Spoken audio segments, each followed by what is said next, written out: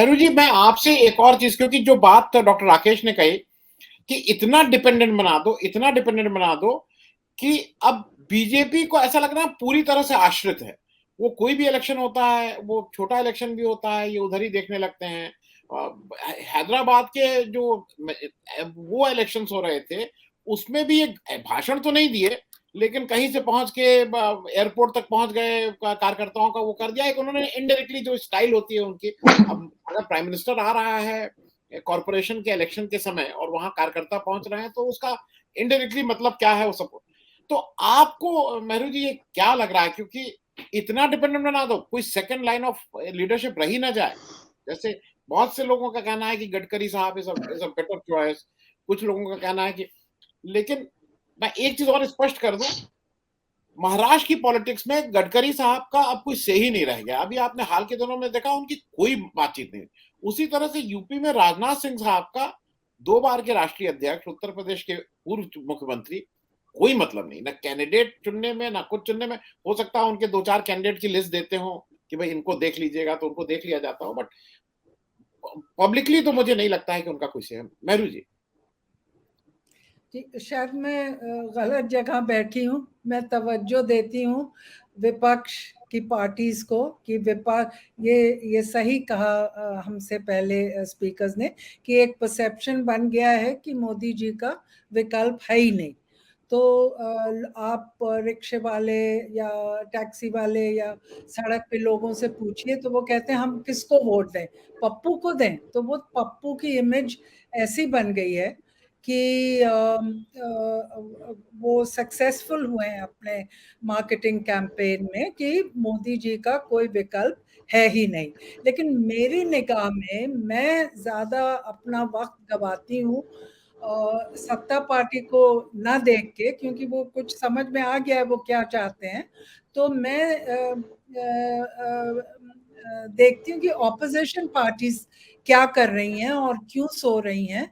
और सत्ता पार्टी का की रोशनी इतनी चौंकाने वाली आजकल इसलिए हो गई है या दिखती है सत्ता पार्टी जगमगाती हुई, क्योंकि ऑपोजिशन पार्टी के का बल्ब सारे फ्यूज हो गए। तो इसलिए सत्ता पार्टी लार्जर देन लाइफ और विदाउट विकल्प हमें नजर आती है।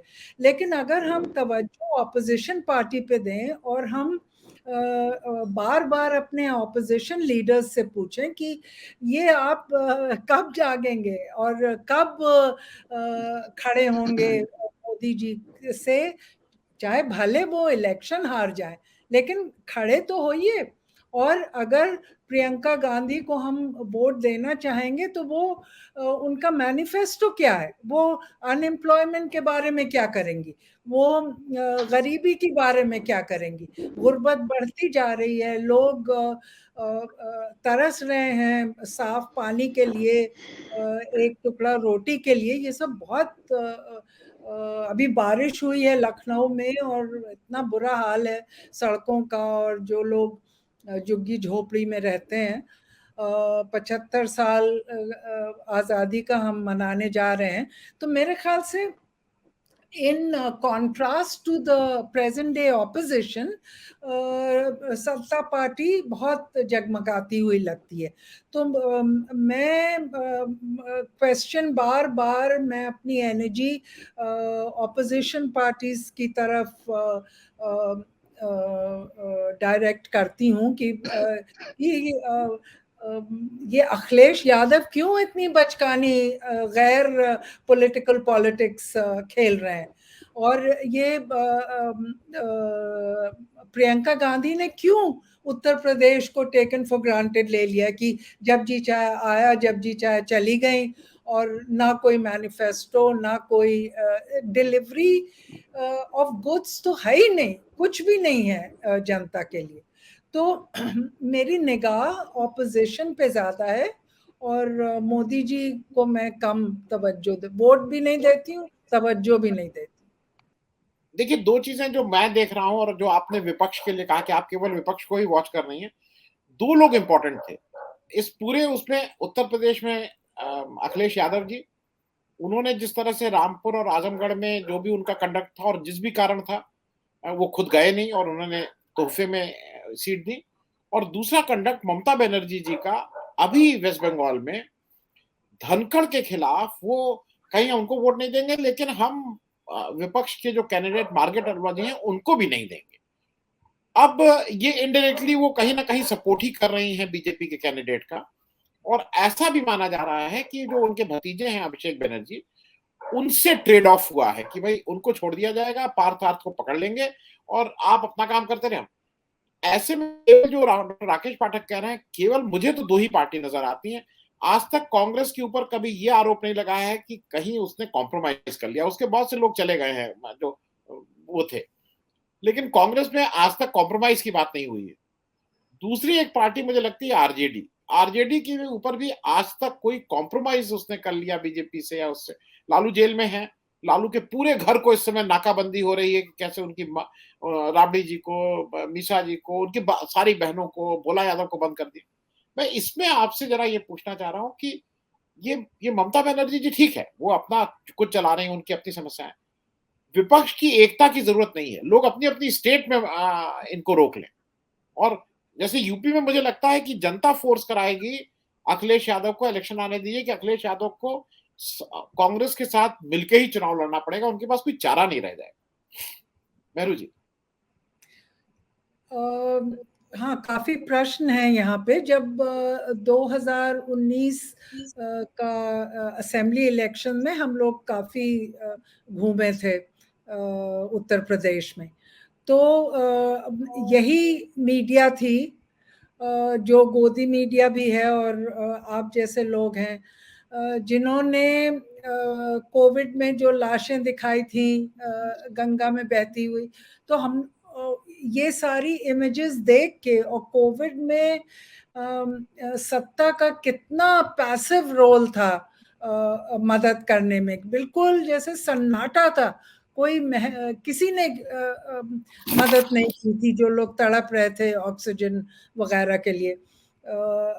और जो लोग मदद कर रहे थे, ऑक्सीजन सिलेंडर ढूंढ ढूंढ के ला रहे थे, उनको फिर बाद में जेल भी हुई थी। तो ऐसा लग रहा था मतदाताओं से बात करके और ये सारे चित्र मीडिया पे देख के कि ये तो जीत ही नहीं सकती ये गवर्नमेंट। लेकिन उसके बावजूद जो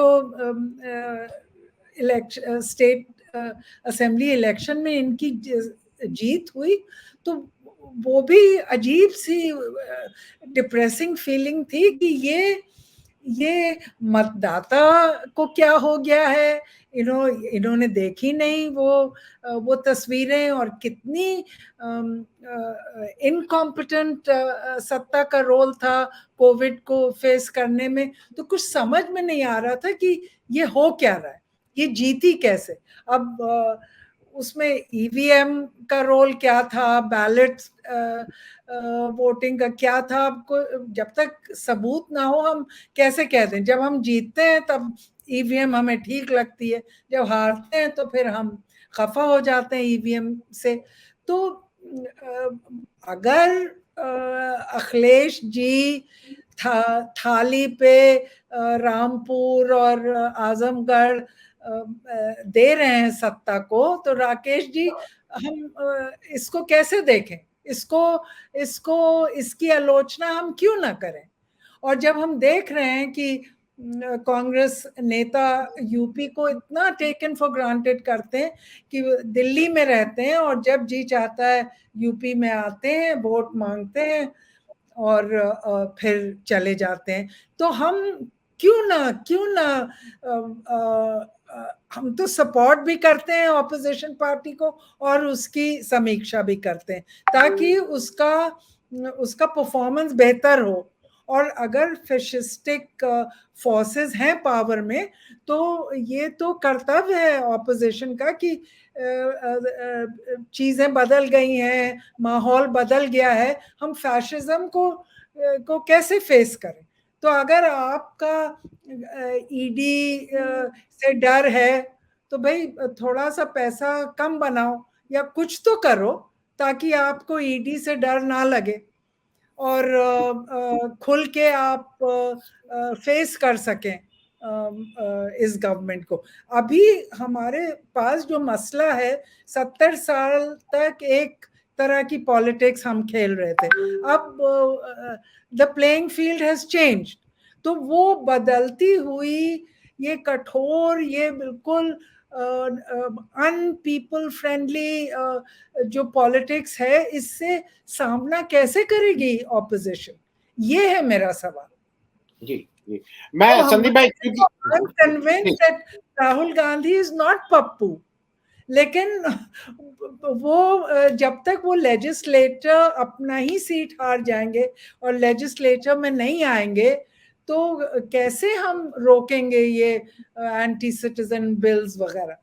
तो इलेक्शन विपक्ष को बख्शते कभी नहीं है, हम सब उनसे भी सवाल करते, उन्हें भी कटघरे में खड़ा करते ही है, लेकिन जब सत्ता इतनी बलशाली हो, वो बिल्कुल निरंकुश हो जाए, तो सवाल सत्ता से पूछना ज्यादा बेहतर है। फिर भी हम विपक्ष को कभी हम बख्शते ही नहीं है। जी मैडम जी, नहीं, हम ताकतवर और बनाना चाह रहे हैं विपक्ष।